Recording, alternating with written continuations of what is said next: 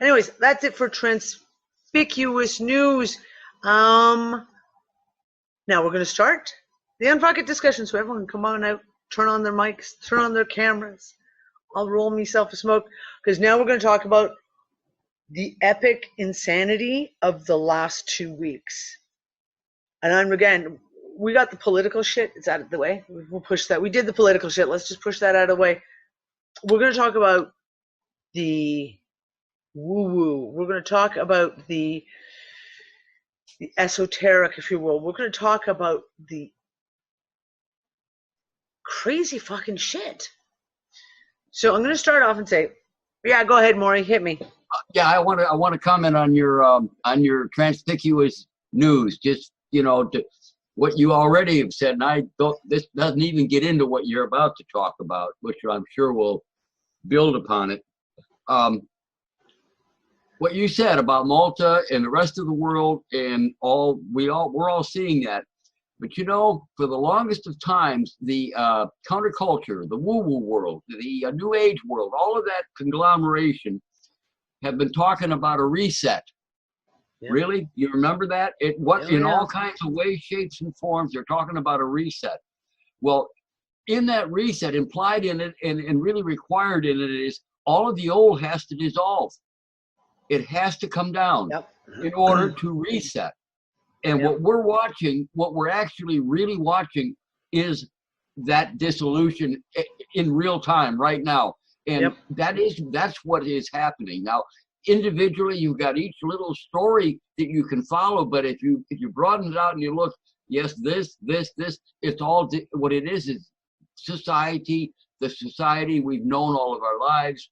Our parents knew, our grandparents knew, and for however far back that actually went. That's all of the old system, but it's in the state of dissolution. It's crumbling. It's like the last freaking scene of that iPad Go 3. Only that's a cartoon version of what we're watching going around. So anyway, I just wanted to throw that out there, and I'm trying to relate it to what you were, put a whole broad picture on what you were talking about. Yep. Okay. And the whole thing is like the people are waking up. That's the whole piece of it. Is I hear a lot of times people are saying everyone's still asleep. People are not waking up, and I'm like, no. Maybe they're not. They may not know the whole story. They may not have, all these years of research background that we have, but they're seeing it. They're seeing the corruption now. They're seeing how gross negligence that it was more like 10, 20, 30 years ago, there was at least an effort made by the grossly corrupt politicians in businesses, etc., to hide, to whitewash, to make it all rosy colored on the outside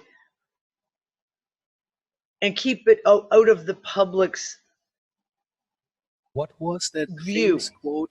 What was that famous quote from Sigourney Weaver in Avatar? Back then they pretended it rained, and now they're actually pissing on us without even calling it differently. You know what I mean? Yep. And that's exactly what I was just going to say. Now it's like there's no effort. They don't even make an effort. They're not even trying to cover up. It is unbelievable. And people are seeing it. And the very fact of how many protests are going on, and not little ones. We're not talking about, like 400 moms getting out on a street corner. No, we're talking about like hundreds of thousands of people filling the streets of cities. Danny, I want to add to that, because there are only like 195 or 196 countries in the world. There are only like 24 countries not protesting right now. That is huge. You're not seeing it in the news. Papers aren't, because if they would put it out there and, hey, there's a protest here at this country, you would see, my God, they're everywhere. And don't quote me. I'm thinking I put 24. I'll have to look at my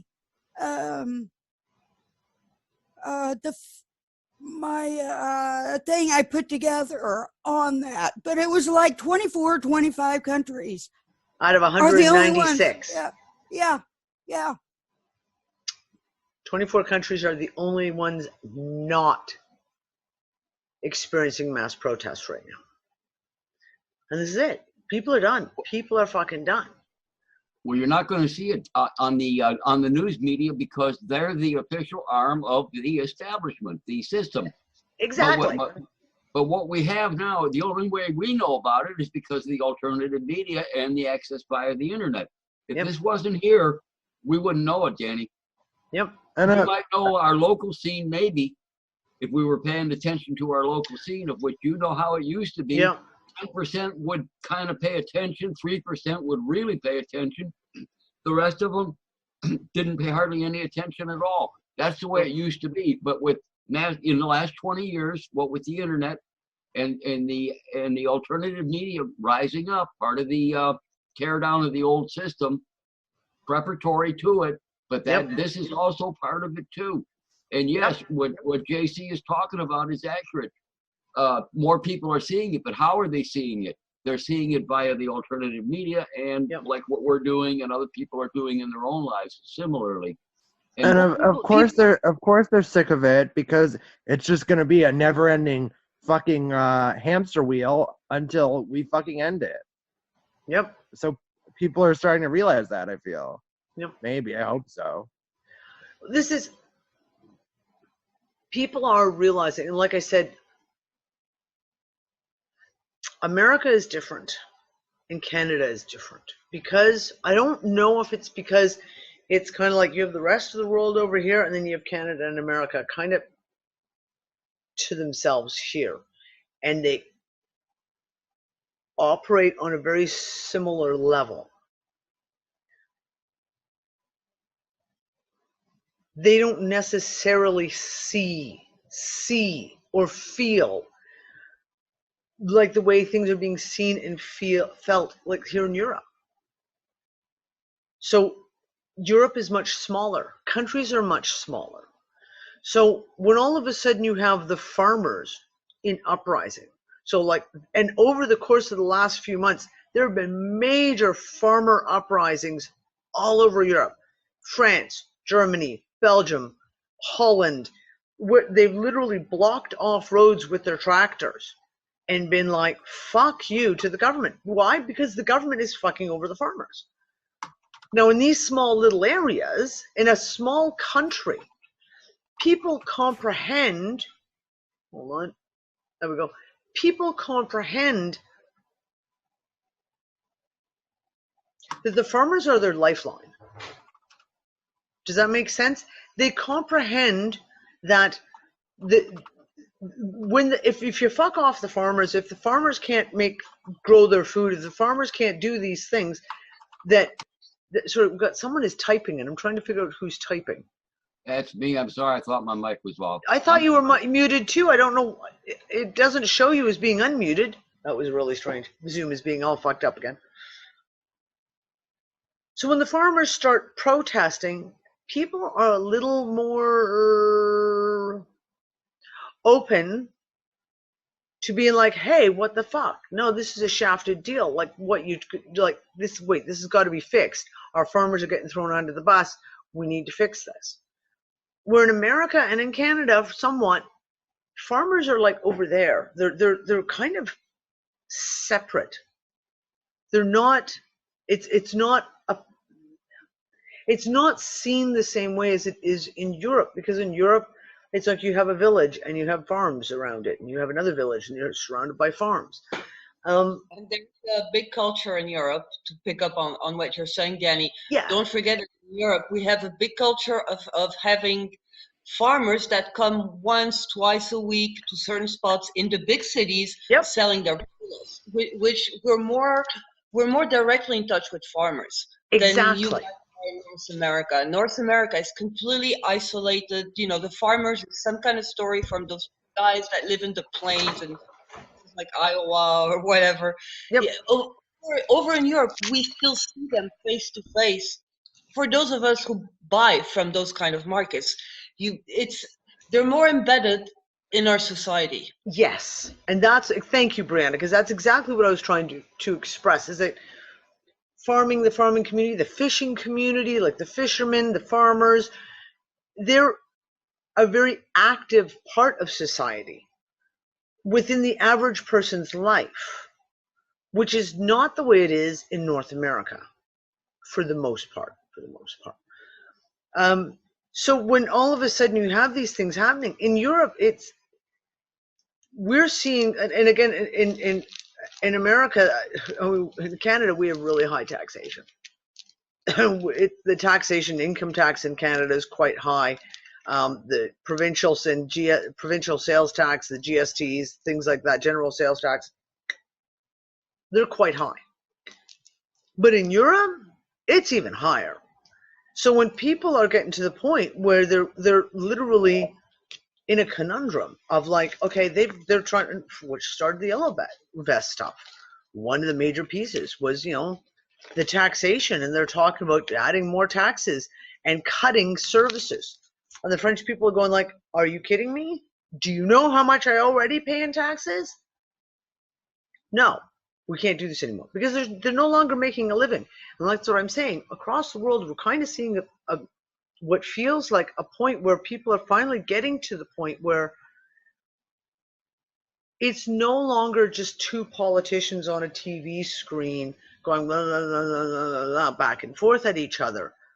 It's now directly affecting their lives, their livelihood, how they're living their life, what they want to do, how much money they have in their pockets. And the people have had enough. The people have just fucking had enough. So, like I said, I think over the next little while, we're going to see some crazy stuff. And it could very well be that next summer could end up being the year of the protest, the summer of protesting. Hell, it might carry on right through the winter too. You never know. The summer of rage. Yeah, Bossy, well said. It may end up being the summer of rage. If something doesn't happen before then, yeah, crazy fucking insanity. So, just really quick on the footnote to that. The one thing I want to pick up on everything you said and what Maury interjected. That was very correct. The footnote would be yes, but the only thing is in our type of communities and alternative media, the things are very distorted by now, and usually kind of encourage people to do nothing. I mean, like those of us reading, just kind of sit there, do nothing. Yep. From what I get, and my understanding of astrology is that of an idiot. I'm idiot level in that, but my understanding of it is that aside from a lot of big things going on right now, astrology also points to this being a period very similar to the 60s, 70s when there was a massive, there were protests for real. Yep. And the kind that back then they disappeared because, let's say, the impulse was not big enough. Now it just could be. Now it could be everything that's. If some of you are listening to this and you are actually old enough in the 70s, even as a kid, to have lived it, think of those times and imagine getting involved now, knowing what you know now, and helping out the younger generations. We have a role to play. Yes, we do. Yes, we do. Thank you, Fred. Tell the younger generations, don't look away. There's going to be a huge load of disinfo going on now, a huge load in our communities, tons of it. Don't look at these people because, they're idiots because climate change is a total hoax. And yet, look at them. They're protesting for climate change. Don't dismiss these people. They may be misinformed, but they're fucking well-intended. They have, they have the guts to reach out, not to their leaders. Forget the leaders. Reach out to the people, to those who want to get involved, and just talk with them. Don't talk with them like denying everything they do. Just say, okay, you're right on a lot of things. You know, deforestation is a horror. Yep. This isn't that. Let's, you know, great. Let's engage locally. Let's, you know, what's going on in your community? What's the biggest problem there? Exactly. You know how to organize your community to fight, to protest, to whatever you call it, the things that are most stringent in your community, whatever that is. And some of are common to all of us. Some are very, you know, very typical to this. It can be a community. It can be about fracking. It's very big in the UK right now. It's still going on. Every community has their own number one priority, whether it's fracking, whether it's water, whether it's sanitation, education. Whether, every one of them will have a specific concern that is foremost for their local community. Exactly. So besides, you know, the big protest, you know, like the big waves when a whole country is more or less rising, and it doesn't need, by the way, a whole country. Critical mass is something very small. That's why they're terrified of stuff like that happening, of us getting together. This is why we have so many polarized narratives right now. And that's also why you have so many of these alt media gurus, if you will, who are encouraging people to sit on their asses and do nothing. Who are saying things, you know, like, oh, well, you can't change the system. You can't do that. Protesting doesn't work. You know, you meditate for a brighter tomorrow. Yeah, but on climate change, it's not so much that people are denying it's happening. What they are doing is they're trying to push this false narrative on us that is completely false. Yep. We do not deny that, climate is changing. Yeah. I use the word imbalance. It helps, you know, it helps not polarize the people that are, you know, that believe in it and those who don't. Talk about climate imbalance, you know, not change.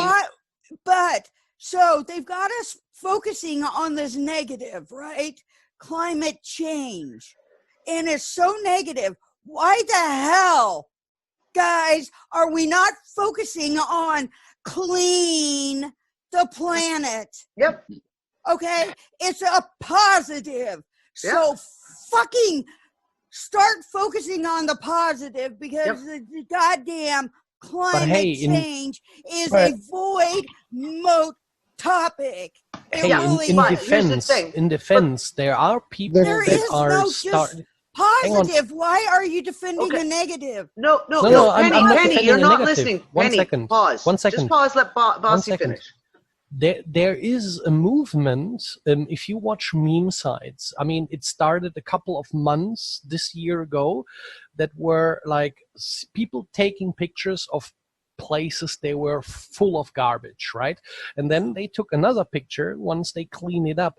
But this movement literally got choked out under all this climate nonsense and warnings and shit. Exactly, I give you 100% right, definitely. But see, this is where we all come into play. We need to be the hijackers to hijack the other hijackers, so to speak, to get our movements back. Co-opt the co-opters. Exactly. But you know what? Everybody's so goddamn intent on arguing over fucking this negative topic and all these negative things that is hijacking our humanity. Right. Okay. But what Fred was saying was the fact of, don't argue with them, because all you're going to do is argue. She's saying, look on the local level. So you're talking about, for example, what Bassett brought up is the whole garbage thing. That's a rallying point I've been really involved with here in Gozo, because we have fucking garbage everywhere. Like, it's disgusting.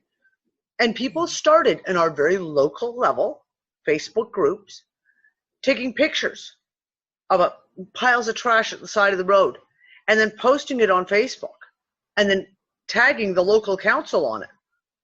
And the local council goes, oh shit, this is on Facebook. Cool. And they send out a crew right away and they clean it up. Well, you know what happened? More and more people started doing that. Oh yeah, well, you cleaned up that one. Okay, well, how about this one? Look at this valley. This valley is a disaster. And then the local council has been organizing big cleanups the weekend, like we're going to clean up Rumla Valley, we're going to clean up Dwara Valley. These are the local things that we can do to make a positive impact. And that's what Fred was talking about, was that don't challenge them on the climate change. Why? Because they've been programmed. So you work around it, you co-opt it and be like, okay, well, you know what? Here's what we can do right here now. Let's all go and clean up this public park. Let's all organize planting. Let's go to the local place, and we've got this piece of land over here that's empty. Let's plant a community garden. Let's go to the local council, municipal, whatever it is in your area, and get your neighbors together. This is what I've been talking about for years, right? We need to get into our local communities and start working with the people in the local community. You will find other people who are sick of the garbage, who don't like the fracking, who are terribly mad about the water situation. There's needles being found. The people are shitting on sidewalks, whatever. And you actually rally people together on a positive impact. And it makes a positive impact in their own local environment. And sometimes in doing that, we can actually get, especially these young people, right? And that's what I was going to say, going on what Fred was saying about, we need to engage these young people, because right now there is a really big push to marginalize and throw them all under the bus as a bunch of snowflakes. And you can have all these young people who are marching for climate change because they've been programmed by their schools, they've been programmed by Greta and all these fucking idiots. But we can steal those people back. We steal them back by going out into the local community and getting them involved, like saying, hey, let's clean up our climate. Let's do something. That's sharing and also writing. Where we are, if we're going to do this, we also need to do it on a community level, which means sharing. Yeah, so exactly. People can see Absolutely. what is happening and writing articles about stop. If just the people here listening today would stop sharing the negative crap on Facebook, you don't understand how big of a change you would make. Start posting positive things.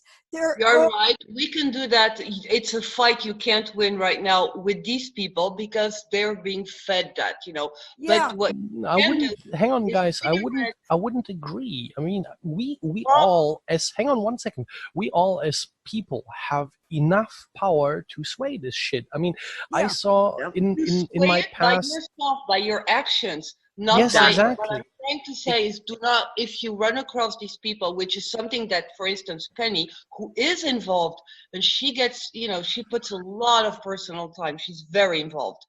And this is why, I'm talking especially with people that are personally involved, that have a lot of chances to run across such people. Don't full frontal with them, because you can't win. It's going to turn into a huge fight. Redirect their energy into also let them attend their big rallies. You can't, believe me, it's not a one. Some of them will get over it by themselves. They'll figure it out. I do trust that. They will figure it out. But don't full front on them on, climate change is a hoax, you're losing your time. But no, just say, okay, when you're done with the big rally, that's with the big cause. Could you think of giving some of your time and let's tackle this or that? Where are you from? What area? What's burning in your area? Let's tackle that too, because each of us have, what to tell them. Exactly. Just redirect. Right on. Just go out, poison these feeds that are so climate change, poison them with good ideas, where to start, what to do. Do it like these assholes do it with everything they do. Try and corrupt them, but not corrupt them, but try to heal them. Tell them like, hey, like having, let's say, have a Twitter feed going on, a shitstorm, and people are getting nuts about something. Go in there, post something nice, plant a tree today. Be able to talk about climate change. Otherwise, if you haven't planted a tree or cleaned the yard, fuck off. You know what I mean? Yep. Something Yeah, like that. right on, bossy. Right Go Yep, out exactly. and poison their movements. Go in there, tell them, just be that one guy that says, hey, here, check this idea out. Let's do Here's something that we can all actually do has an together. impact. Yeah, exactly. Exactly. Poison it. Just engage them. Yeah, let's not use the word poison. Let's say, let's heal it. But to just funnel their energies into doing other things as well. Believe me, it's much more rewarding for a person to start doing something locally because it's where they live. And they're going to feel a result right away, not just going out, getting a lot of adrenaline, fighting with the riot, and then going home and licking their wounds. It is satisfying. You get tired of it after a while. If you manage to engage them and funnel them in their local thing, it is rewarding because there you can see results right away, very fast. It works. I agree. And the rewards continue, right? Like you feel good. It's one of those things. The rewards continue because you feel good. You accomplish something, and you go, look what we accomplished. And while we were doing this, all working together, I met this person, I met that person. We had a good laugh. It wasn't like it was backbreaking labor. You know, we actually had a good time. Hey, we got to do this again. Let's do this again 2 weeks from now, and let's go to. And you will see groups will start to form together in common unity. Exactly, green ozone, community, common unity. Exactly. Well, you know, Facebook is really bad about unfocusing people from their community. Okay, because now we can see things that are going on in states, you know, other states, other countries, things like that. So this has been happening for a few years now, where our focus has swayed away from community because now we can see the world, you know? But now we need to start sweeping it back, guys. And start seeing our community again. Big shout out to those of you who can. I know some people can't stand Facebook anymore because it's too much. It's too, you know, it can get very intense and leave you with a bad feeling. And I totally get that. Those of you who still can hack it and can, you know, sway around, do it because that as Bessie said, rightfully, sorry, Earl, for cutting you off. I'll just do it quick. Just keep engaging and posting the stuff you want to post. Make it, like Penny said, make it positive. Too. Engage, make it positive. And I don't care, you know, if that involves posting fucking cat pictures in between other serious stuff, do that as well. Don't worry. Just do it. If anyone has paid any kind of attention to my Facebook wall, I've stopped posting. I have stopped posting other than the political shit that I posted about Malta yesterday. I have stopped posting all of the negative shit on my wall. And for the most part, for the last few months, I try to post the fun pieces. I post like some funny memes. I post more of the interesting stuff, the science, like, hey, this is a really interesting science discussion, whatever. I'm not doing.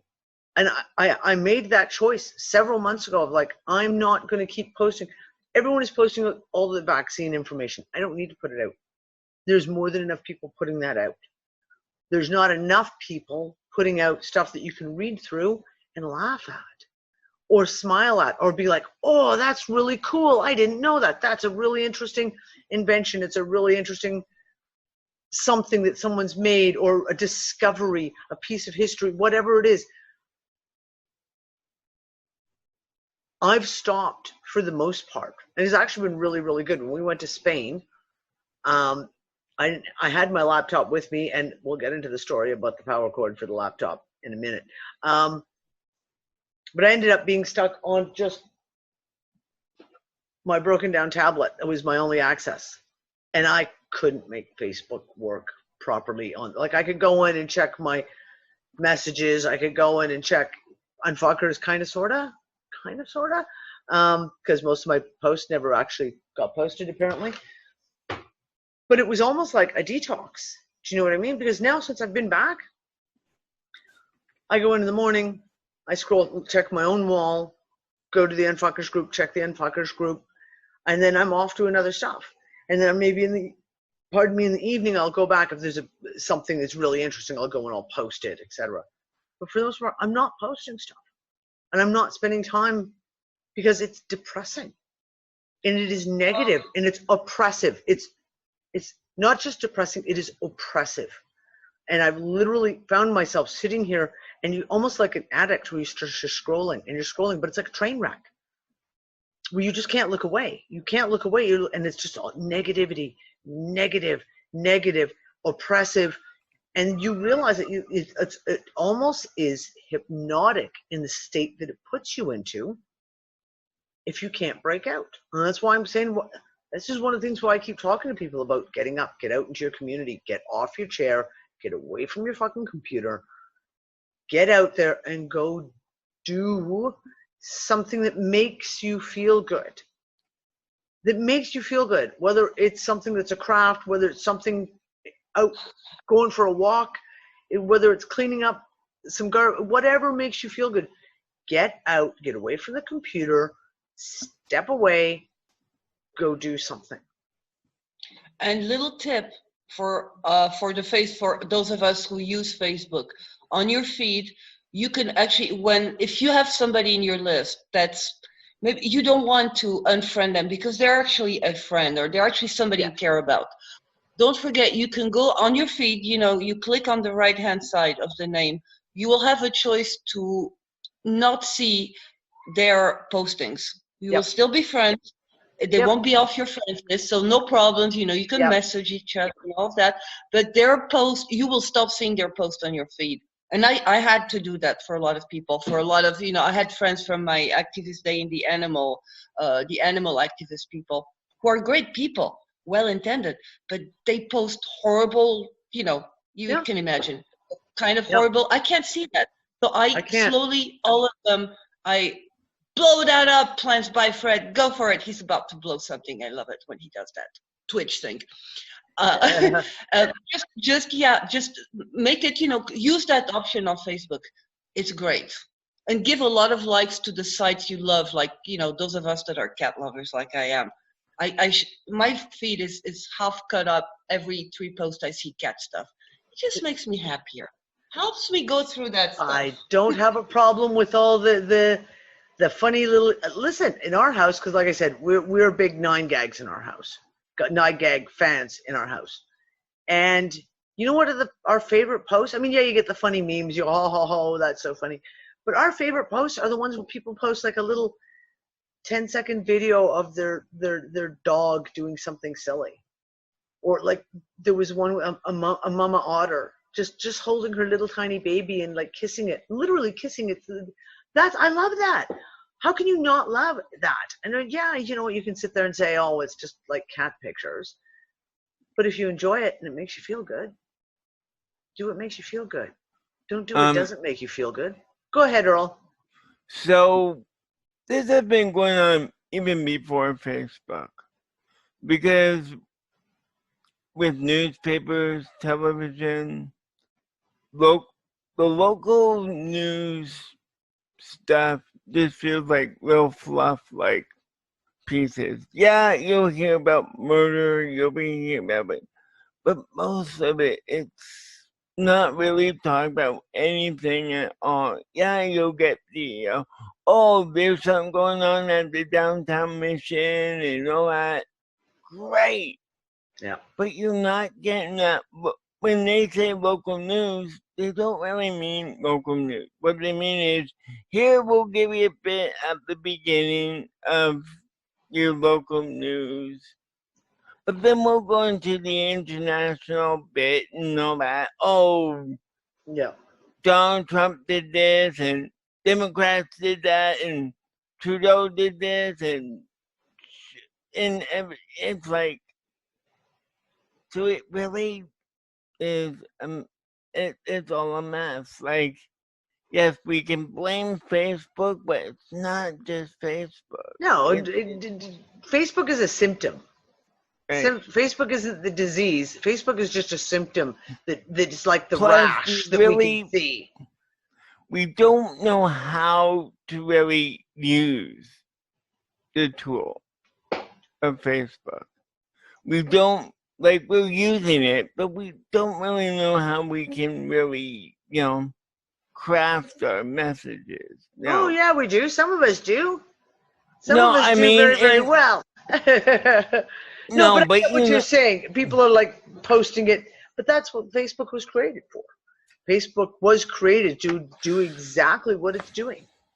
Identify everyone, Exactly. dig out all the dirt on Yeah, them. but they coaxed us with our communications. I mean, we are humans, right? Like, we love to chit chat about, even if it's the weather, if it's the pie that we cook, if it's the lawn mowing we do, right? Like, we like to exchange ideas, and they coaxed us with this fucking idea that we can exchange with everyone on this planet, tell them ideas that we have that someone else can use and actually apply, right?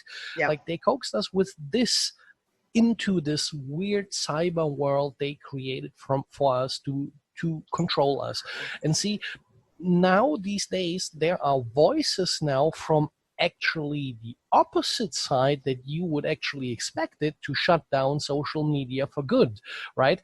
And this is the point where we all should shout out, like, the great idea that is Twitter, that got corrupted and turned into a voice or opinion swinging machine. Yeah. And we need to take these things back for us, right? Like, have a platform where everyone can say what they want to say, let them out themselves, and people see how much idiots they are and don't want to have to do with them. But then you have these people that deserve the attention. You know what I mean? We have that already. It's called PocketNet. The thing is, you can, like, cut your piece of bread with your knife, but you also can stab someone with that said knife. Yep. So it's like, when people are like, "Oh, technology is that," no, it's how you're using the technology that. Of course, always. I mean, I saw a great meme go by, sometime in the last couple of weeks, and it was like, last week was deer hunting season. There were 38 million people running around with rifles. Not one mass murder happened while they were out deer hunting with their rifles, because it's not the rifles are not the problem. Right. How strange, right? Isn't it? 38 million people running around with rifles. No one got shot. Funny that. Funny. Okay, so guys, I want to move on because I want to get into the weird shit that we've seen for the last. May I say yes, last thing? What that shows that basically we the people are helpful. We want to help. Yes. But the algorithms of those applications are against us. Exactly. Which was the plan all along, wasn't it? Yeah, exactly. You can't actually. By the way, I noticed this a few months ago. I mentioned this on the show again, but I mentioned it again. It got even worse. You can't use search engines anymore to find certain quotes in books or anything, but you could do that like a few years ago. You had the exact quote in your mind, but you didn't know the author or anything. You could find what you were looking for. And now you can't find shit. I mean, literally, you can't find shit. If you type in some words, you end up on a fucking site from Google, sponsored or whatever, that wants to sell you some shit that you don't want to know, you know? Oh yeah, no, the Google search algorithms, all that shit, it's broken. It's, and I don't think it's fixable anymore. I think it's now so broken that it's not even so much about the fact that they're blocking certain information sites, you know, like the anti-vaccine information, or, you know, now all the naturopaths who are being killed, or political corruption and truther sites. It's not even that. Because as I've said, over the last few years, even when you're just doing business and you're trying to search business information, you know, where can I buy, for me and my company, where can I buy bottles locally? Where's the closest place? What deals, where can I find bottle manufacturers? label printers? Where can I find someone who does, custom made cartons? You can't find the information. Google is broken, and it's been corrupted with all of the search engine optimization. It's been corrupted with all these paid sponsorships, etc. So it's not just the truther movement or any opinion that's being shut down. Yes, that's also happening, but it's the fact that the entire search engine itself is fucked. It's broken and it's unfixable at this point.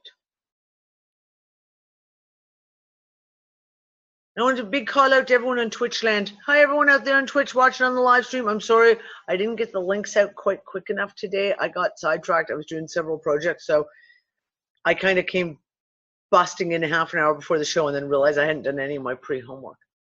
Oops. So we're going to get into the woo-woo. We're going to get into what the actual fuck happened over the last 2 weeks. Hi, Jimmy. You guys all know we didn't have any UnFuckIt discussions over the last 2 weeks because I was out of the country. I was away. I was in Spain helping a friend. During my time away, and it's during the conversations that I could get into on the UnFuckers group, which weren't very many, but some of them, I made the comment that sometimes it's difficult when you're traveling, like when you're not in your home space. When weird shit happens, when you're feeling off, you're not necessarily it's hard to discern whether it's just because you're not at home, you're traveling to a new place, maybe it's the food you're eating, the water you're drinking. Do you know what I'm saying? So there was a lot of things that were going on for us that, we'd have a couple of days of talking about like some of the weird shit that was going on. And then I'd get in, finally managed to get Facebook to open, and I'd get into the UnFuckers group and go, oh shit, there's like 15 different posts from different people talking about all these same things. Okay, so it's not just us going through whatever it was from traveling, et cetera, et cetera. There's obviously more to it than this. One of the things that came up was, I don't know how many posts there were. I literally lost track of how many posts there were of people saying, what the actual fuck is going on? Have we dropped into another parallel universe? Have we just gone through a time loop? Have we just fallen into some parallel dimension? What the actual fuck? So I want to give you my little experiences. Because while I was away, the 11 days that I was away, epic insanity. And I mean type of things like personal Mandela effects, off the hook. Things going missing and then reappearing, unbelievable. Deja vu. So, as I said, because I was traveling, I took my laptop, the laptop that everyone knows I complained about, and I call the doorstop because that's all it's good for. Packed it all up. Now, those of you who know me know that I'm just a wee bit OCD. Just a bit. So when I pack, I'm very meticulous. Things are packed in very certain ways. When I go with a first aid kit, and I've got a sewing kit, and I've got all my little kits are all put together. There's one of my little first aid kits there. And they all get put in the right places where I know where things are. So we get to the hotel finally, after a long day's traveling. Get to the hotel, and I'm like, okay, well, before we kind of crash for the night, I'm just going to check my messages. So I pull up my laptop, which is fully charged. So I pull out the laptop, throw it on the coffee table, sit down, start typing up, catch up, what's going on. Next morning, I'm using the laptop. I was like, okay, I'm running out of power. I better go get the power cord. Short story, power cord is not there. Not there. Nick and I search every suitcase, every carry-on bag, every pocket. Literally So we searched everywhere. And over the course of 2 or 3 days, we did the search several times. Because it was like, okay, I know it's with us because I know it got, I remember packing it into the computer bag. Called my girls up because my girls stayed home here to look after the dogs. Girls, go into mommy's bedroom. Is my computer power cord sitting on the bed? There's nothing there. I said, okay, go over to my desk. Is it sitting on my desk? No, nothing there. I said, look, you need to search the house, find the computer. They're like, Mommy, it's not there. One of the other things that went missing is I woke up the next morning and went to go brush my hair and discovered my hairbrush. I apparently hadn't packed my hairbrush, and everyone, Nick and the boys, teased me going, seriously, you didn't pack your hairbrush? I'm like, I know I packed my hairbrush. Like it's not something I'm going to forget.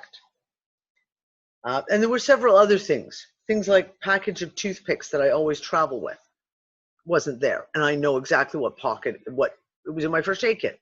It wasn't there. I'd said to the girls, yeah, I forgot my hairbrush. I must have left it in the bathroom. Quinlan goes, it's not there. There's your hairbrush. I haven't seen your hairbrush. I just thought, okay, well, maybe it's on my dresser, whatever. Get to, I don't know, it was about 4 days in, 5 days in. I've already searched for the toothpicks multiple times. I go into the first aid kit to pull something else out. There's the package of toothpicks. And we have a laugh. Fucking toothpicks. 2 days before we're leaving, I go into the computer bag to pull out something else. There in its little pocket is the power cord. Nick and I searched that computer bag, both of us, every pocket, every area of it, at least 3 times each. Just randomly reappeared. The funny thing about the hairbrush, the girls looked all over the house for my hairbrush, couldn't find it. The day we were coming home, Quinlan goes in to clean up the bathroom, and my hairbrush was sitting on the bathroom counter. Just there. She was like, well, it wasn't there before. I'm telling you, it was not there. We looked through the whole entire bathroom. The hairbrush was not there. She walked in, and it's sitting right there in front of you on the bathroom counter. So those were the kinds of things that happened all week long. Deja vu. Now, we always know, we've had these conversations, how deja vu kind of almost seems to come in waves, if you will. The entire time I was away, I had at least 1 or 2 and sometimes 3 or 4 deja vus a day. And some of them were just those little ones where you just get that feeling, just it's like just a split second. But some of them were those type of ones that they last for like a minute or more, and you can literally, it's everything. It's like the conversation you're having, where you're standing, what is going on around you. You can feel the entire deja vu playing out for an extended period of time. Dave, we just sit there. I don't know how many others have experienced it, but I can be sitting here and not just deja vu that'll happen, even like a split second, but how many of us will start to feel like we're going into a dream state? You're sitting there, yeah. Brain waves are trying to go into a dream state. I'm like, this is bizarre. Yep. No, and that's, and I was going to get into that, is like the physical stuff that people were experiencing. I had several episodes where just all of a sudden you're either knocked out, like completely knocked out, or vice versa. We couldn't sleep. Now, and again, you say, well, I couldn't sleep. Well, you're in a strange bed, in a strange hotel, blah, blah, blah. But then the same thing, I come back and it's like everyone's like, oh, no, apparently no one else could sleep either. My kids couldn't sleep. Oh, that you meant. Go ahead, Bossy. Sorry. No. Finish up, but remember me about not sleeping, because I had. No, go ahead. Add. Go ahead. So my mom has the problem, she can't sleep at night anymore, right? Like, I mean, I have the same too, but I smoke weed, so it's not that much of an issue for me. So I was trying to get her some, I don't want to call it legal medication, but something where you don't have to have a recipe for to receive it, right? At the drugstore, like the stuff you can get always. Yeah. And weirdly enough, at the discounter here, like for 2 or 3 weeks, the beer is sold out. Not that it interests me lately, but then also you have all these medications like the stuff that is in beer, For like sleeping? the hoppy, exactly, for sleeping. Everything is sold out. Not only the supplement section, but also the tea section where you have teas that help you sleep, Like and shit like that. chamomile It and is, things. yeah, exactly. It's all sold the fuck out. I mean, literally, there is nothing. It's blank. Interesting. Oh, you know what? And that's really interesting because I hadn't even put that together. But when we were out, I was looking to buy tea, and I was going through rows and rows of tea, and all I wanted was either chamomile or like a sleep tea. You know, they've got nice mixtures that have got like, you know, a mint and chamomile and valerian and, you know, something like that. And I never did find one. Never. I literally couldn't find chamomile tea. And that's really interesting because I hadn't thought about that until you just brought that up. So you have all the sleep stuff. We had. Can I jump in? Earl? Because about the sleep. So, about not this week past, but the week before, I could have sworn I felt like I skipped Tuesday. Yep. I skipped a day. Like, I don't know what the heck happened, but I know I was like, where the shit did Tuesday go? I mean, Oh yeah, Earl. Oh yeah. And there were multiple people in the Unfuckers group who said the exact same thing. I lost a day. I've literally jumped from Wednesday to Friday. I've jumped from, or people, there was two different people who mentioned, one was in the Unfuckers, the other one was just a friend on their thing saying, I think I just had Wednesday twice. And they swear that they actually went through the whole day twice. On time, we had what I call time jumps. And one of them happened when we touched down, and we had a 2.5-hour drive from Malaga up to where we were staying. And we got in the car and we started driving. It was nighttime. And at one point I said, we stopped just outside of Malaga. We'd driven for a half an hour. We were just on the outskirt edge of Malaga. mm-hmm. And a friend who was driving us, pulled over at a cafe gas station. Mm-hmm. We got coffee, and I had my coffee in my hand, in your quintessential paper coffee cup. Yeah. It was too hot to drink. It was just too hot. Like, it was literally don't even try to drink it. It's so hot. And I drove, and I had Kale under my arm, and he was sleeping on my shoulder, and I drove holding my coffee cup. And when it finally cooled down enough for me to have a drink, we're not talking about the middle of summer in the middle of the daytime where it's sunny and it's hot. It was nighttime. It was pretty fucking cool. Mm-hmm. I put my sugar in, started up, and started drinking my coffee. We were at the next place 15 minutes later. Now, you can't tell me that I sat there for 2 hours holding a screaming hot cup of coffee that I couldn't drink. First of all, I was desperate for the coffee. I would have drank that fucker as soon as it cooled down. You would have burned your hand over time. Either the coffee stayed hot for 2 full hours while we drove, or we jumped. And I know, same other thing.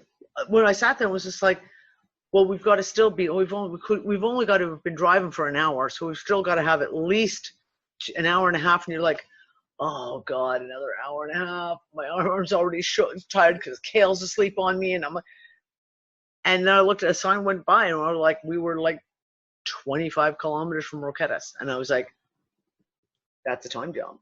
That was because I know I didn't fall asleep because I'm holding a fucking hot cup of coffee. If I'd fallen asleep, I would have dropped it all over myself. And this is a cup of coffee with no lid, mind you, because they don't give you lids in Spain for their coffee. You just have an open cup of coffee in your hand. That's dangerous. I mean, especially if you're driving and you hit freaking bumps on the damn road. Like, hey, I actually experienced something very similar with my mother, and I know exactly how you feel, and it is just bizarre. Yep. And I told you I told you a long time ago. My father was timing us coming back, you know, because he's all about meeting us. Yeah, at the I bar remember and you shit. telling this story. Exactly. And he comes out, and you know, we knew he was gonna notice. I mean, it's just crazy. Yep. Also, there was another thing where I was watching a program, and you know how the new Frozen movie's out, right? Yeah, I've heard. Yeah. So they're saying, oh, it came out in 2013. And I'm like, no, it didn't. It came out in 14 or 15 because I remember it came out the same time that Guardians, about the same year that Guardians of the Galaxy came out. And I don't remember Frozen ever being in 2014. I mean 13. 13. It doesn't feel right. Like, Yeah. there's even stuff I'm hearing about, but it doesn't feel right. I'm seeing TV programs from the 50s in color that I've never seen in color before. And it's like, I even watched an old movie from the 60s with the Three Stooges, where it was their last picture that they did. It's like, no, it's all weird, man. Just. Well, listen, that's one of the things I said. While we were in Spain, we'd sit, Nick and I, especially in the evenings, right? You're in a hotel room. What are you going to do? Can't watch TV. It's all in Spanish, right? So you pull out the computer and we look through 9gag. We'd scroll through the news sites to see what's going on around. And we watch a couple of like videos. So we watch like a Joe Rogan, or we'd watch something, something that's just interested us. And over the course of about 3 days, right around the middle of it, there was an expression that suddenly started getting used that I have never, ever seen before. And I'm going to throw this out there for everyone. Now, you all know me. I do read the news. I read, like I said, I'm on the meme sites like 9gag all the time. I go through things like Zero Hedge and RT and various news sites, and I scroll through and grab up little pieces just to keep in touch with what's going on in the world. I watch a lot of videos that are shows that are, like I say, Joe Rogan or Lee Camp on RT, etc. So I'm up on the lingo. I'm not just some daft old lady who just, sits in her basement crocheting. I actually am up on all the current lingo. And the expression that it's all of a sudden started everywhere, and it all happened within 3 days, boom, and it was everywhere I looked, was no longer, was it when they talked about race, they were no longer saying things, well, when the black population, all of a sudden they were saying the black and the brown population. And the first time I read that, I was like, okay, well, maybe they're talking about something specific. Like a lot of people from East India consider themselves to be brown. They call themselves brown, right? Okay, so maybe that's what it is. It's, didn't think anything of it. But after the course of 3 days, this came up, that exact black and brown communities, or black and brown races, or black and brown, and it came up again and again. We got to the end of the week last week, we're watching Lee Camp on Redacted Tonight, and he fucking uses the expression. Black and brown, whatever it was he was talking about, communities. And I turned to Nick and I was like, okay, have I fallen into like another parallel dimension that now we call, like, we're now using the word brown to describe a certain group of people, and we're using it so commonly that it's all of a sudden it's in all the memes, it's in news, etc. I was shocked, and I came back and going, when did this word suddenly get put into our common usage? And it was literally, like I said, it was 3 days. Boom, it dropped in. And Nick and I were like, oh, that's kind of, we get back. Nick pulls out a news story 2 days ago, science story, because Nick keeps an eye on, like I do, with all the mainstream science stuff that's coming out, astrophysics especially at the moment, because there's so much coming out in astrophysics. And they're talking about, there's an article, they're talking about a gamma ray burst, massive gamma ray burst. And in the abstract, it was like da da da da, gamma ray burst, da, da, da, da, da, and of course these gamma ray bursts put off Y rays. Nick comes and goes, read this, and he says, "What jumps out at you?" That's our game that we play, right? So what is the piece out of here that doesn't fit for you? And I looked at him and I'm like, what the fuck is a Y ray? And he's like, exactly. What is the fuck is a Y ray? And it's mentioned so casually in this throughout this article. They mention it 2 or 3 times. I thought gamma ray bursts produced X-rays, if I'm correct. Yeah, exactly. But what the fuck is a Y ray? I read physics papers all the time, astrophysics papers all the time. Because you know me, electric universe stuff, I'm always keeping track of every new thing that's coming out. That's why I report on it all the time. I have never in my life heard of a Y ray. Speaking of science, you guys should listen to the latest leak project interview with Cliff High, where he talked about that membrane.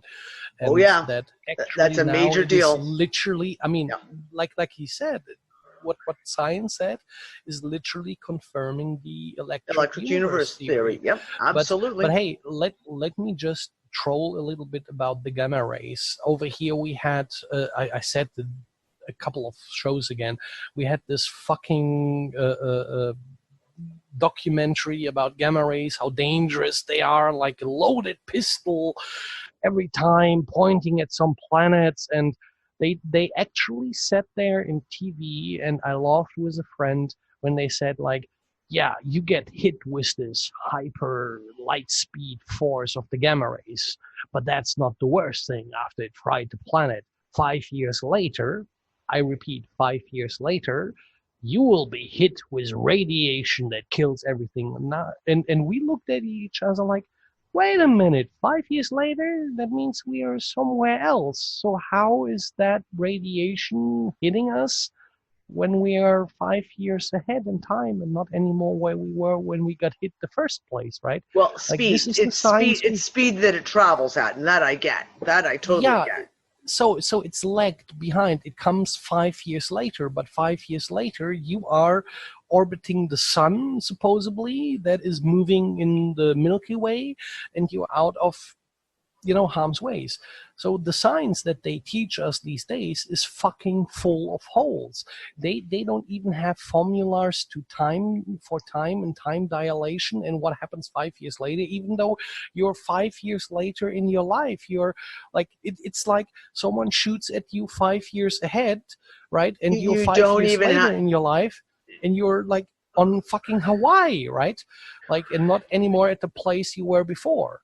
So that is the science they ponder at us today. Like Cliff High said, they fucked us up again with knowledge and what is real and what is not real, and they got us into this weird direction, right? Oh, absolutely. And I'm not much of a Cliff High fan anymore, because I found a lot of his stuff that he's talked about recently to be very highly, well, let's just say I don't agree with his conclusions. But the interview he did on Leak Project, I believe it was just last week, was excellent, because he does explain, and what we are talking about, if you didn't catch it, this is major, major fucking news. Remember the ships Voyager 1 and Voyager 2 were sent out a little under a year ago, or a little over a year ago. Voyager 1 crossed out of our solar system. And there were small little articles like, oh, bye-bye, Voyager 1. Voyager 1 is now beyond our solar system. It's now out in outer space type thing. Voyager 2 crossed over just recently. And what the scientific papers that have been written on it are astounding. astounding, because what they're telling us is that when Voyager 1 and Voyager 2 crossed Tirana, there we go, muted. When they crossed the boundary, and there literally was a boundary around our solar system, they hit what can only be described as a plasma wall. This, what they're talking about, Cliff made the comment, it's very early on in the video where he says they go, every one of the papers that was written about this, every one of the science articles that was written about this, this is a major fucking event. It was a major piece to be put out. They did everything in their power to not use the word plasma or ether, which is one and the same. They did everything they could. They called it a firewall. They called it all kinds of different things. But basically, this event absolutely proves the electric universe theory. It absolutely proves it. Now, where I don't agree with a bunch of the stuff that Cliff talks about the Fermi paradox and things like that, I can see other ways around it, especially knowing what we know about hyperdimensional travel now through people like Dan Burrich and other people talking about the secret space program, who we have more than enough information to know that spacecrafts coming out that are flying around our planet are not traveling at, they're interdimensional. They're jumping through space. They're not traveling through space. Because the concept is, and what's come up is the fact of nothing would be able to come in through this barrier. We don't know.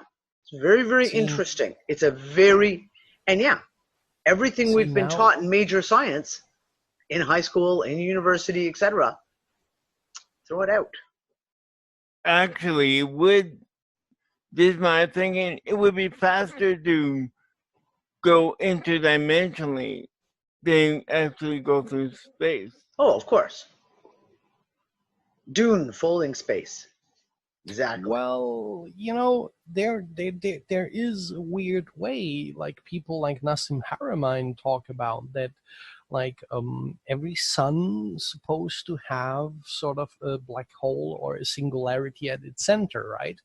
Like if that is true, just for a moment, and if the idea of that barrier is real, and between all the stars there's this ether we can't go through, then you still have the possibility to use the black holes, given only that we live in a black hole, then we could jump through these black holes, and that would be our subway system.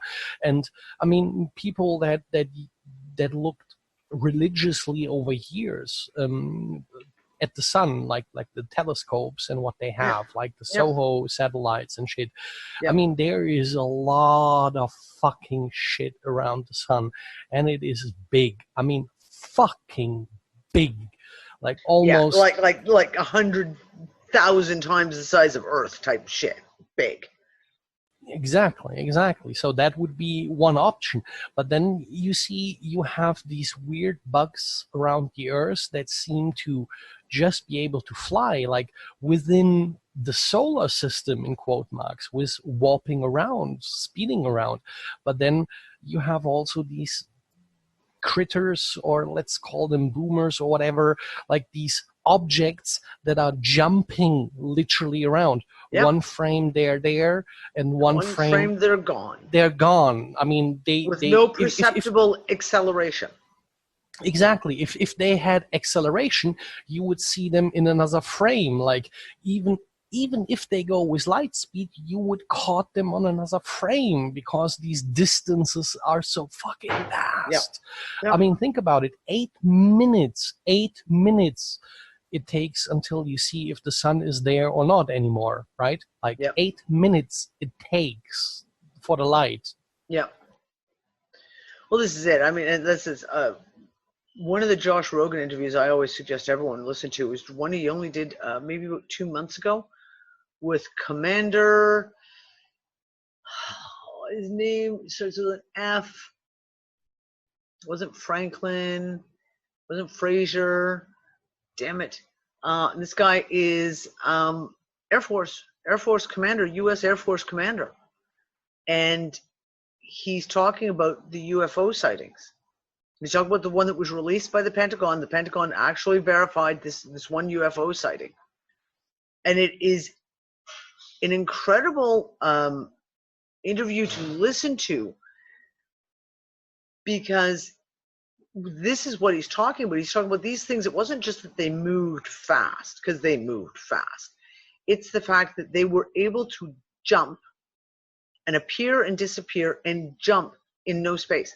And they would go from water to air as if there was no difference between the water and the air. It had exiting the water or entering the water in the oceans had no visible, discernible difference in how the vehicle traveled.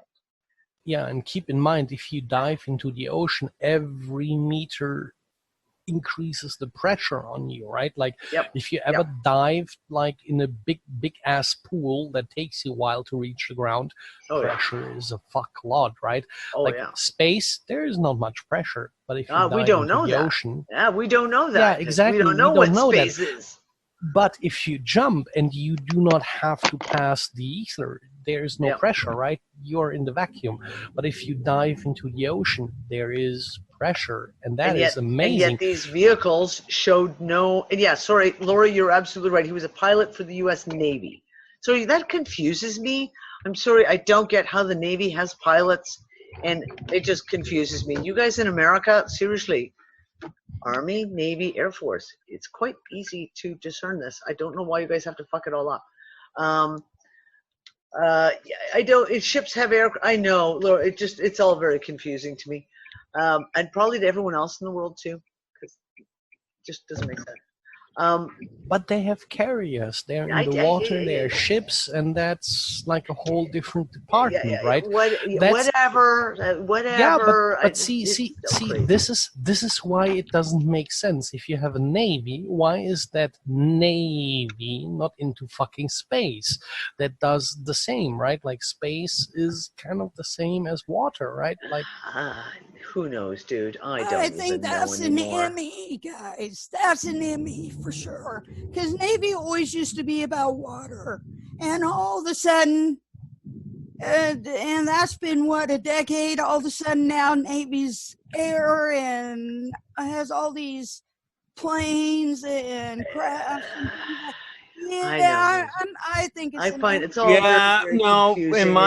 Where I came from, the Navy had planes also. So I'm just saying. I gotta jump in. I'm sorry. Okay. Okay, come on, Leonida, straighten us out. Okay. Right after World War II, when aircraft were invented right before World War I, like in the 20s with Wright brothers or whatever. Okay, but they already had observation balloons and stuff like all the way back to the 12th century. Okay, easily. Okay, so what happened was the Army was getting too powerful with their planes, and so they pulled them out and made them the Air Force.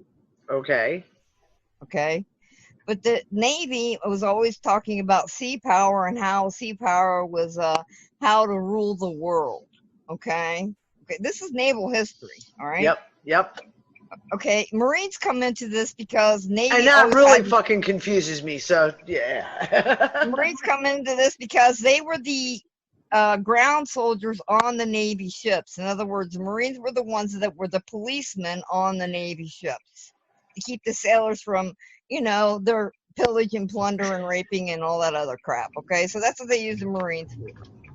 Okay, so when we get into Korea, that's when they start really getting into being able to support ground forces, and that's how the Marines got their air power. Okay, well, the Navy says, well, if the Marines can have air power, well, let's push up our aircraft carriers and we'll make them bigger so we can have bigger planes. Because now we've decided that battleships don't work anymore because they can only shoot 36 miles away, and we want to be able to go thousands of miles, so we got to have planes on them boats. So that's how the Navy got planes. Okay. So pretty much that's about, you know, they all want a piece of each other's pie, basically. All right. It's just So craziness. now you're all straightened out. Now we're They all all have straightened out. Thank plans. you, Leonida. I knew you'd be able to straighten us out. I Anyway, just want to add one thing on that one. Yeah. What John has said is right. The Air Force, U.S. Air Force, didn't come into being until after World War II. Prior to that, it was the Army Air Force. And the rest of it, I can't quarrel with at all, what she said. there we go. There we go. Oy, oy, oy, oy. Anyways, getting back to what I was saying before we all got sidetracked again. The last 2 weeks have been really fucking weird. Really, really, really fucking weird. And a lot of people I've just talked about it have had wild personal Mandela effects happen to them. One of the big ones is when I got home here. I'm sitting at my desk the next evening. So we got home at like midnight the night before. I'm sitting at my desk the next evening, putzing around doing something. And I think I'm talking to Anne. And Quinlan's sitting at her desk right here. And I'm saying to Anne, you know what's the weirdest thing? We were away for 11 days, and it doesn't feel like it. It feels like we were maybe away 3-4 days. And it feels now as if we hadn't even gone away at all. Like almost like it was like a dream state, like almost like it never even happened, because it just seemed like we left and I was back again the next day.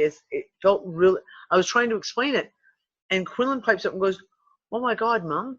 She goes, "I just said the exact same thing to Kira, her sister, saying, you know, Mom and Dad are back, and it doesn't even feel like they left." Like now all that time, it's as if that bubble of when we were gone was collapsed, and it had no relevancy. How can you explain that? It didn't feel real. It didn't feel real. And it was funny that Quinlan and her sister had the exact same observation that I had at the same time. So very strange. And like I said, the overwhelming comments from everyone I was been speaking to, talking about very strange dreams they had. Very strange, disjointed dreams.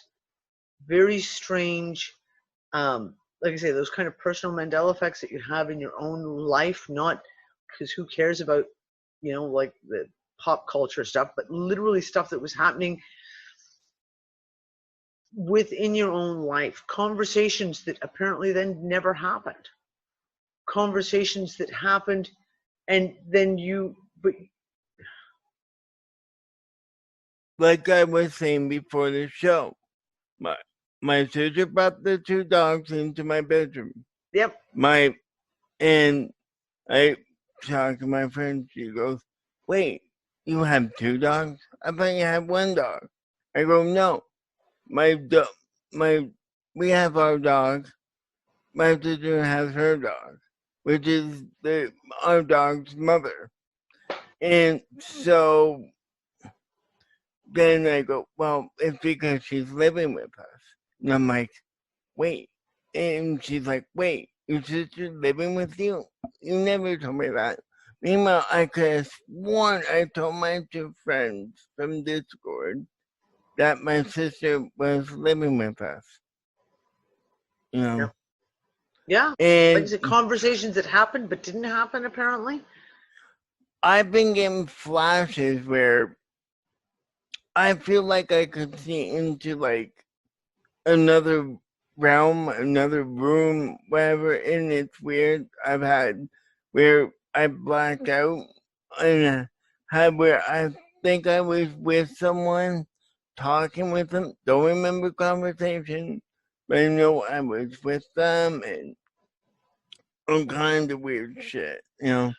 That jerky emotion I still get, and it's weird shit, man. Okay, so that leads into the next thing I was going to mention was when I got back, and I think it was the second night home. Because time is irrelevant now. Like I can't even, it feels like I went away a month ago and not just came back a week ago. I had my first ever full-on dream paralysis experience. And it was literally crazy. And I'm bringing this up because there's been a lot of different people out there. I know that Chris and Sheree Geo have talked about it. Osette has talked about dream stuff and stuff going on in the dream realms, and attacks kind of happening. And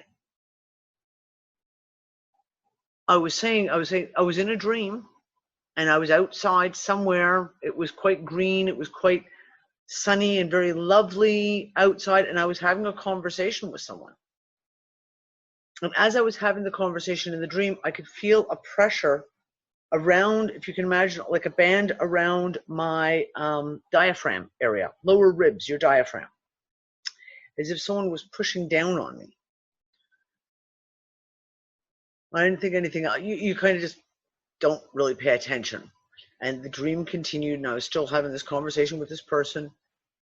And then it happened again, this pressure. And like I said, it felt like someone was literally pushing down on me around my diaphragm. And I noted it and was like, okay, that was fucking weird.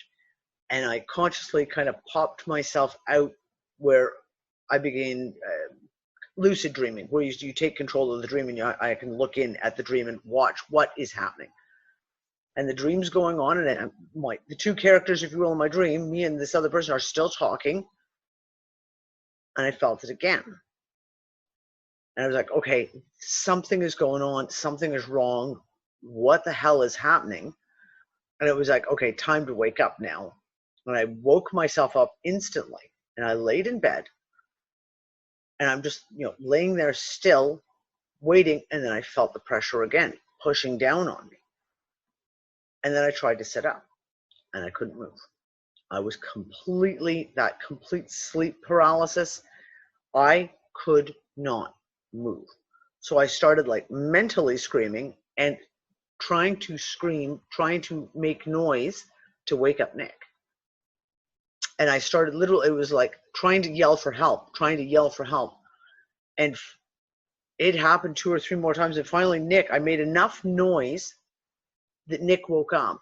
And he reached out and was like, what's wrong?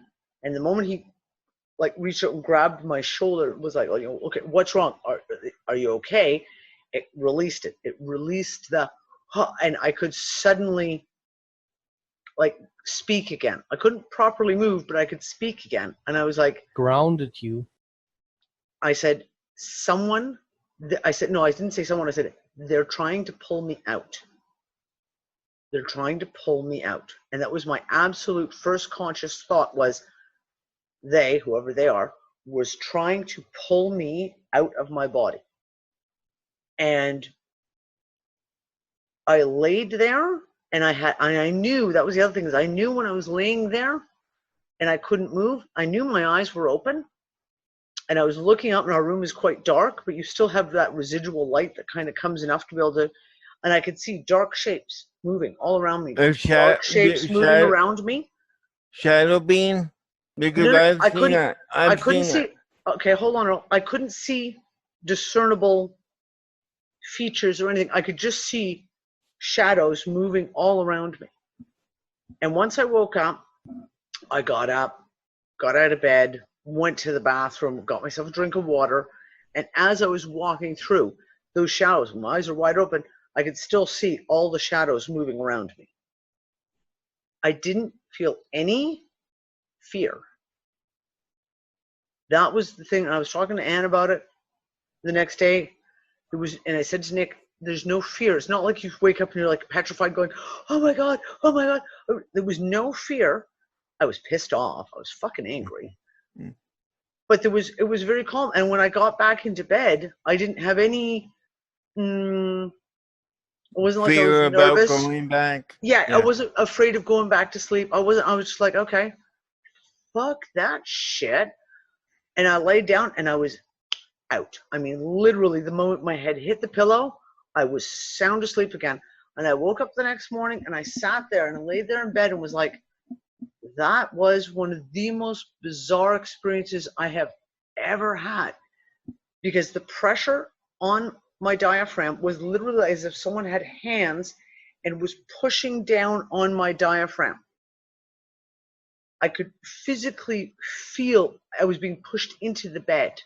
Like you could feel your back, you can feel it being pushed into you. And like I said, my absolute first conscious thought was, they're trying to pull me out. Hey, Danny, when was the last time, I have two questions for you. Yeah. When was the last time you had sleep paralysis? That was it. That's the only time I've ever had it. Oh my God, seriously? Yeah. Yeah, I've had it several times, not lately though.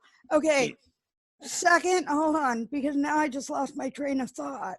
But if you didn't have your sleep paralysis, could it have been in a different, you were actually sensing a different timeline where you had drowned and somebody was trying to resuscitate you? No, it wasn't the right way. It wasn't. Yeah, no, it wasn't the same thing. I've been through that kind of shit. No, it wasn't like that at all. It was a very long, slow pressure, and it was like literally you can imagine someone putting their hands and just doing this, and long, slow pressure pressing it. Wow. I believe that's where the soul is and your spirit would be in that area. People think it's up in the brain, but I don't think so. But that's I think your whole body is your whole soul. So yeah, you know. But no, and the reason I'm putting this out there is because one of the things I've heard said by quite a few people who are, no, I'm not even going to get into who they are, just because a lot of people, we hear these things like, oh, it's all done. And I've heard several people talking about things that kind of like, oh, well, you know, all these attacks have stopped now because, you know, we did this or someone did this or some being did that. And all these attacks have stopped. And I had a conversation with a certain person back in August, and they tried to say that. Oh, well, something happened in June, and that was it. It's all. I'm like, no. It's, if anything, it's ramped up since June, significantly ramped up. And that's, I'm talking these dream time experiences of people feeling like they've been attacked. I've had several attacks at nighttime in the last few months, several dream time attacks that have happened. But none of them have involved the sleep paralysis, where I literally physically could not move. I couldn't make a sound, barely any sound, nothing. So that's why I'm bringing this up, because it feels like there's been enough people who are talking about the fact of that there's something going on there. And I don't find it coincidental that while everyone may have their own language to describe it, their own narrative as a way of explaining the situation of what they're seeing, a lot of them are talking about basically that being pulled out of the body and another consciousness coming in. So, having been through what I went through, I can sit there and say, I absolutely believe there is definitely something going on. There's 100% something going on. Danny, and people just, oh my God, I had to. Yesterday was so weird, so strange. But to top it off, a friend who I actually met face to face in DC, okay? She is just an awesome person. Last night, I don't know what happened, if her account was hacked or what, but it was a completely different person. And she attacked this post I put out. And it wasn't a hostile post at all. It was about charity, and people high in the public will donate to charities, and they already have their hand in that charity. Yeah. So it just launders the money. Anyway, It was just that was it. That was all the post was about. She came on and she was so hostile, so angry. and she didn't just post once.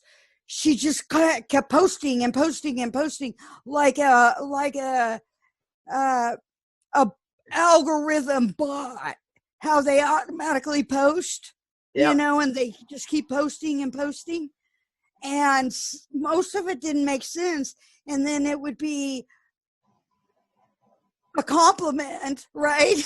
And then totally just a slander, right? It was so wild. And I'm like, I finally had to go on the post and go, I do believe your account has been hacked, because I have met you in person, and who is on this thread right now is not that person. And then I said, I am documenting this, and then boom, gone. Yeah. So but you know what? People I've are seen acting really weird.